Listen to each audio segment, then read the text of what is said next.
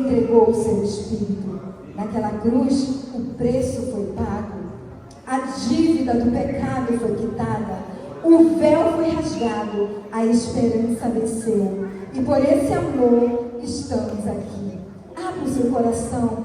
Deixe-se se envolver por essa história que é real, que é viva e que foi por mim e por você. Amém? Vamos dar início. Eu peço que os irmãos tirem, por gentileza, aqui os púlpitos.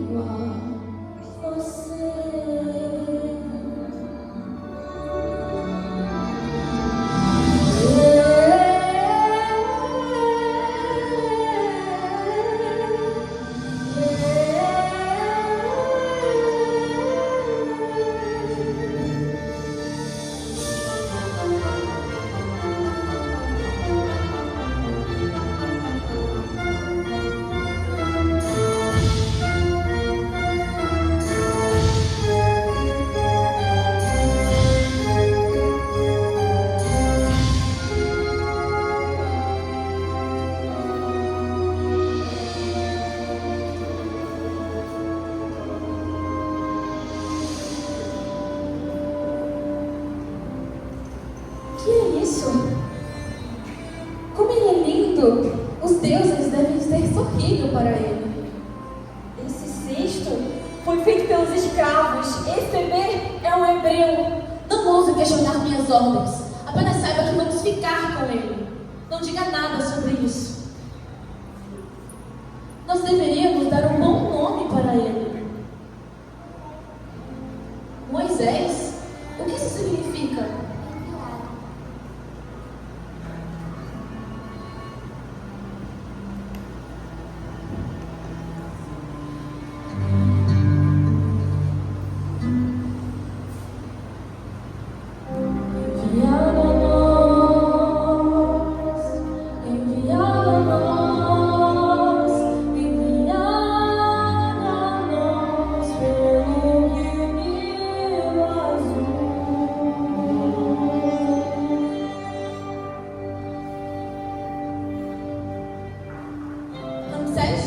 Conheça seu novo irmãozinho, Moisés.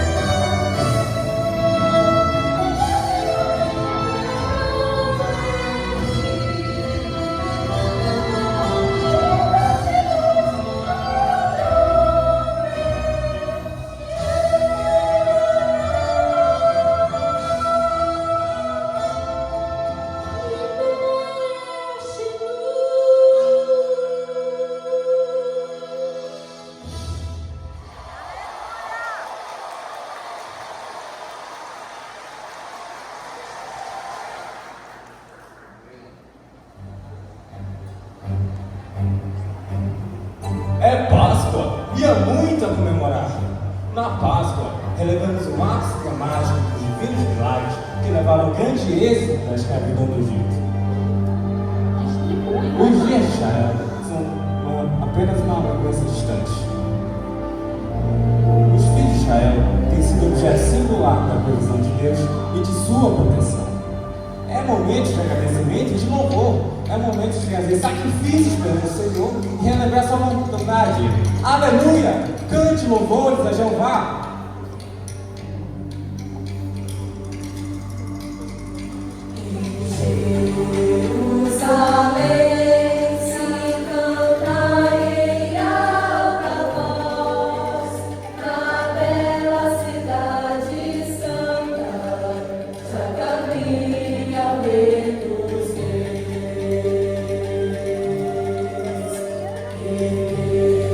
Vosso olhar para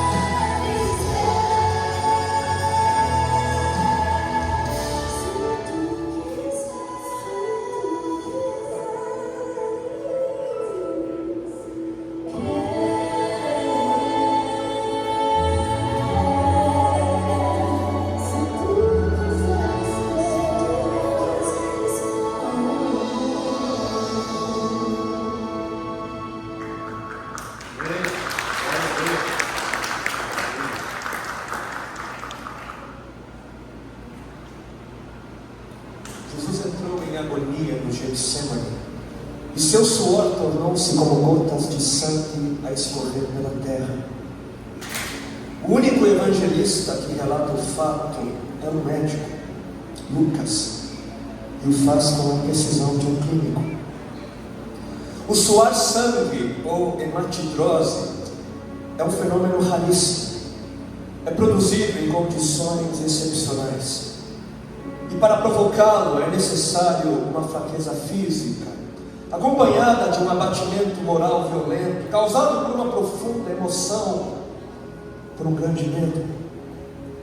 O terror, o susto, a angústia terrível de sentir-se carregando todos os pecados dos homens devem ter esmagado Jesus. Tal tensão extrema produz o rompimento das finíssimas veias capilares que estão sobre as glândulas sudoríparas, e o sangue se mistura ao suor e se concentra sobre a pele, escorrendo então por todo o corpo até a terra. Aí está espírito que leva alguém a suar sangue. O terror, o susto, a angústia terrível de sentir-se carregando todos os pecados dos homens devem ter esmagado Jesus. Conhecemos a farsa do processo preparado pelos líderes religiosos, o envio de Jesus a Pilatos e o desempate entre Herodes e Pilatos. Pilatos teve que ceder, então ordenou a flagelação, o chicoteamento de Jesus. Os soldados despojam Jesus, tiram a roupa de Jesus e o prendem pelo pulso a uma coluna do pátio. A flagelação se efetua com tiras de couro múltiplas, sobre as quais são fixadas bolinhas de chumbo e pequenos ossos. Os carrascos devem ter sido dois, um de cada lado e de diferente estatura, e golpeiam com chibatadas a pele já alterada por milhões de microscópicas hemorragias do suor de sangue. A pele se dilacera e se rompe, o sangue expira, a cada golpe Jesus reage com um sobressalto de dor.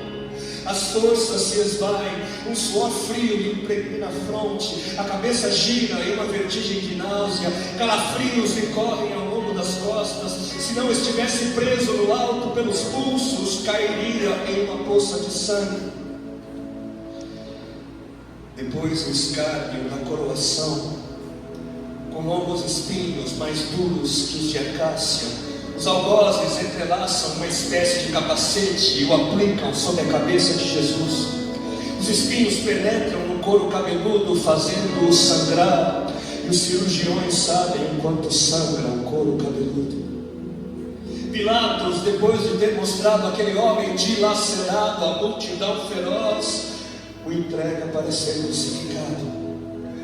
Colocam sobre os ombros de Jesus o grande braço horizontal da cruz, que pesa uns 50 quilos. A estaca vertical já está plantada sobre o calvário. Jesus caminha com os pés descalços pelas ruas de terreno irregular, cheia de pedregulhos. Os soldados o puxam com as cordas. O percurso é de cerca de 600 metros. Jesus, fatigado, arrasta um pé após o outro, frequentemente cai sobre os joelhos, e os seus ombros estão cobertos de chagas, de ferimentos. Quando ele cai por terra, a viga lhe escapa, escorrega e lhe esfola o dorso. Sobre o Calvário tem início a crucificação. Os carrascos despojam o condenado, tiram a roupa do condenado, mas a sua túnica está colada nas chagas, nos ferimentos, e tirá-la produz dor atroz. Quem já tirou uma atadura de gás de uma grande ferida percebe do que se trata. Cada fio do tecido adere, cola a carne viva, e ao levarem a túnica se laceram as terminações nervosas, postas em descoberto pelas chagas. Os carrascos dão um puxão violento, e há o risco de toda aquela dor provocar uma síncope. Mas ainda não é o fim. O sangue volta a escorrer. Jesus é deitado de costas. As suas chagas se incrustam de pequenos elementos. Depositando sobre o braço horizontal da cruz, os algozes tomam as medidas. Com uma broca é feito um furo na madeira para facilitar a penetração dos pregos. Os carrascos pegam um longo prego pontudo e quadrado, apoiam-no sobre o pulso de Jesus e com um golpe certeiro de martelo o plantam e o rebatem sobre a madeira. Jesus deve ter contraído o rosto assustadoramente. O nervo mediano foi lesado. Pode-se imaginar aquilo que Jesus deve ter provado: uma dor lancinante, agudíssima, que se difundiu pelos dedos e espalhou-se pelos ombros, atingindo o cérebro. A dor mais insuportável que um homem pode provar, ou seja, aquela produzida pela lesão dos grandes troncos nervosos, que provoca uma síncope e faz perder a consciência. Mas em Jesus não.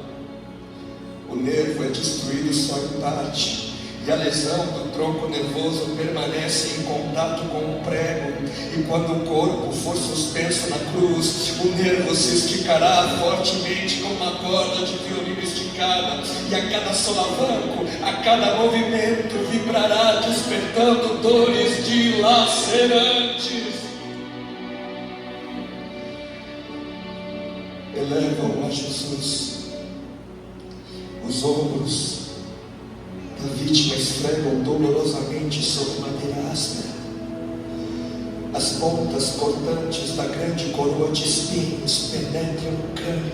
A cabeça de Jesus inclina-se para a frente, uma vez que o diâmetro da coroa o impede de apoiar-se na madeira. Cada vez que o mártir levanta a cabeça, recomeçam pontadas agudas de dor. Pregam-lhe os pés. Ao meio-dia, Jesus tem sede. Não bebeu desde a tarde anterior, estava desidratado pela perda de tanto sangue.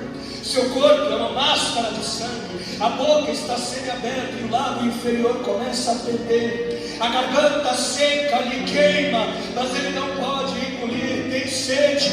Um soldado lhe estende sobre a ponta de uma vara uma esponja com bebida ácida de uso entre os militares. Tudo aquilo é uma tortura atroz. De repente, estranho fenômeno se produz no corpo de Jesus. Os músculos dos braços se enrijecem em uma contração que vai se acentuando, os bíceps esticados e levantados, os dedos se curvando. É como acontece a alguém ferido de tétano, a isto que os médicos chamam de tetania. Quando os sintomas se generalizam, os músculos do abdômen se enrijecem em ondas imóveis. Em seguida, os músculos entre as costelas, depois os do pescoço e finalmente os músculos respiratórios se enrijecem. A respiração se faz pouco a pouco mais curta, o ar entra, mas não consegue mais sair. Jesus respira com o ápice dos pulmões, tem sede de ar como um asmático em plena crise. Seu rosto pálido, pouco a pouco, se torna vermelho, depois se transforma num violeta purpúreo. Jesus é envolvido pela asfixia. Seus pulmões cheios de ar não podem mais esvaziar-se. A fronte está impregnada de suor, os olhos saem fora de órbita. Mas de repente algo acontece. Lentamente, como um esforço sobre-humano, Jesus toma um ponto de apoio sobre o prego dos pés. Ele esforça-se a pequenos golpes, se eleva, aliviando a tração dos braços. Os músculos do tórax se distendem, a respiração torna-se mais ampla e profunda, os pulmões se esvaziam e o rosto recupera a palidez inicial. Mas por quê? Por que este esforço? Por quê? Porque Jesus quer bradar: Pai, perdoa-lhes porque não sabem o que fazem. E logo em seguida o corpo de Jesus começa a afrouxar-se de novo e a asfixia recomeça. Foram transmitidas 7 frases pronunciadas por ele na cruz, e cada vez que quer falar ele deverá elevar-se, tendo como apoio o prego dos pés. Inimaginável. Atraídas pelo sangue que ainda escorre e pelo coagulado, enxames de moscas unem ao redor do seu corpo, mas ele não pode enxotá-las.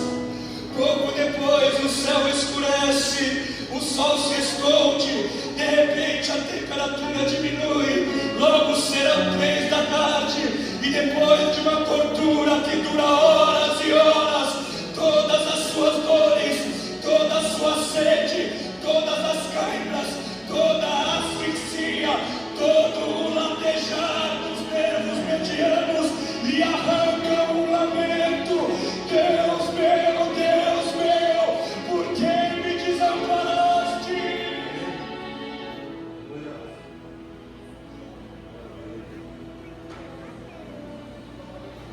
Jesus grita: está consumado. E em seguida, num grande brado, diz: Pai, nas tuas mãos entrego meu espírito.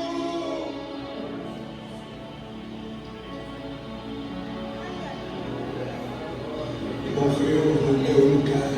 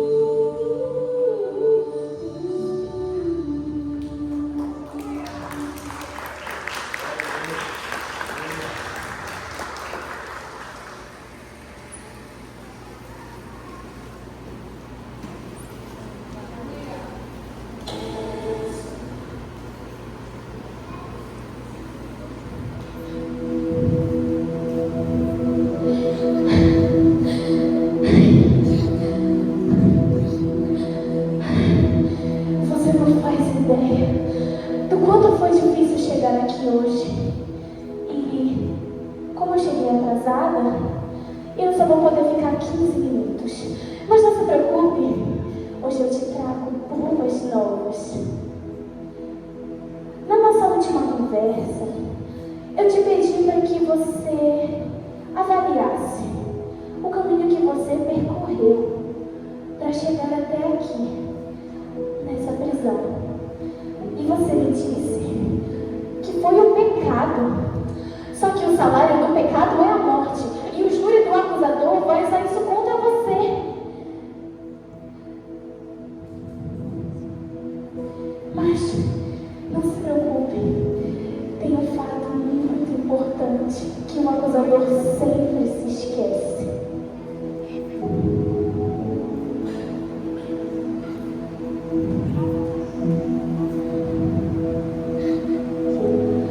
Após 400 anos, como escravos no Egito, Deus ouviu o nosso clamor e nos enviou um libertador.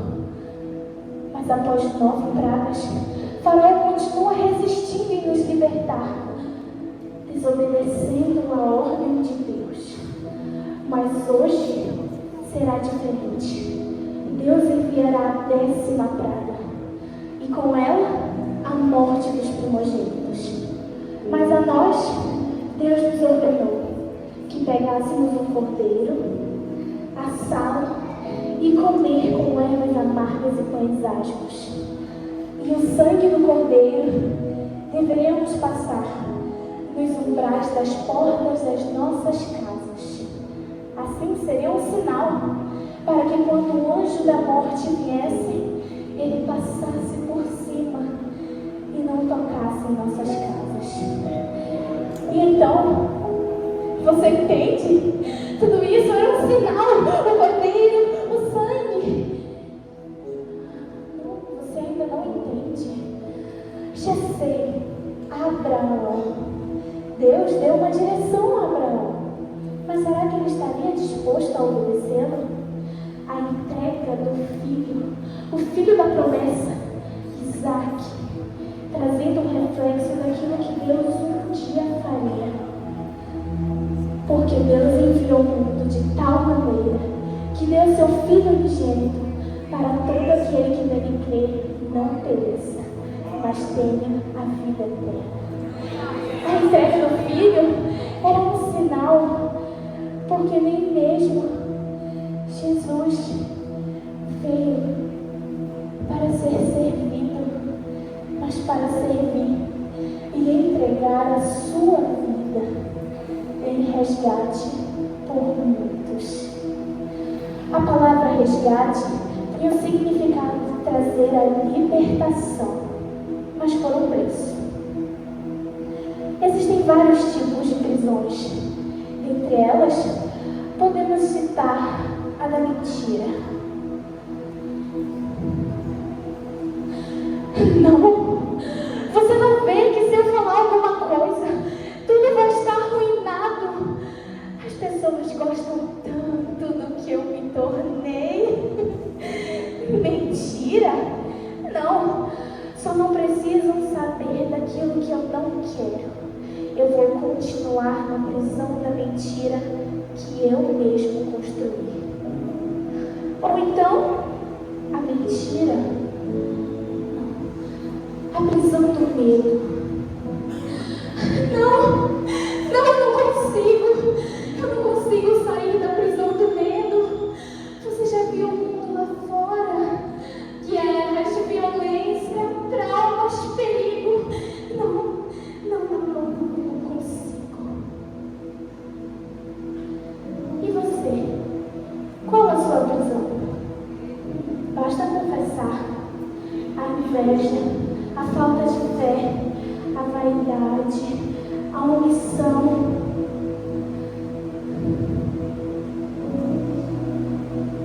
A porta dessa prisão se abre com a chave da confissão. Se confessarmos os nossos pecados, Ele é fiel e justo para nos perdoar e nos purificar de toda injustiça. Tetelestai, Tetelestai, Tetelestai, está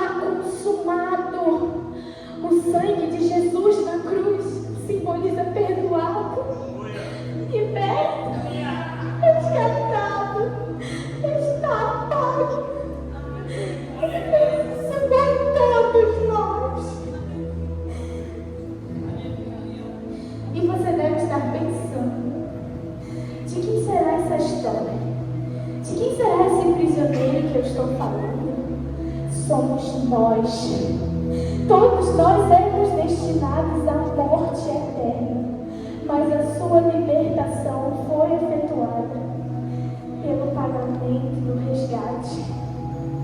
Ao bradar na cruz tetelestai, Jesus declarava a nossa liberdade, a dívida paga. Jesus declara o fim da dívida com o pecado de todo aquele que nele. Ele cancelou o registro de acusações contra nós, removendo e entregando na cruz. Desse modo, desarmou os governantes e as autoridades espirituais e os envergonhou publicamente ao vencê-los na cruz.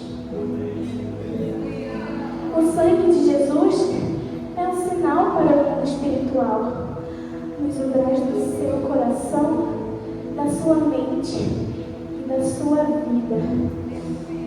Isso é a Páscoa. A Páscoa não chega quando